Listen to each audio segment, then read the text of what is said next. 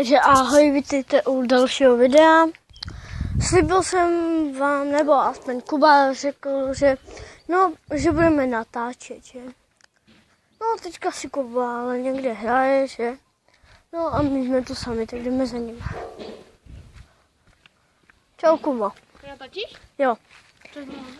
Ne, to je můj. To je Kuba, on si hraje s tím červeným. No a jak vám Kuba říkal, takže večer budeme natáčet. Sice nevíme co. Co? Sice nevíme co, ale to bude.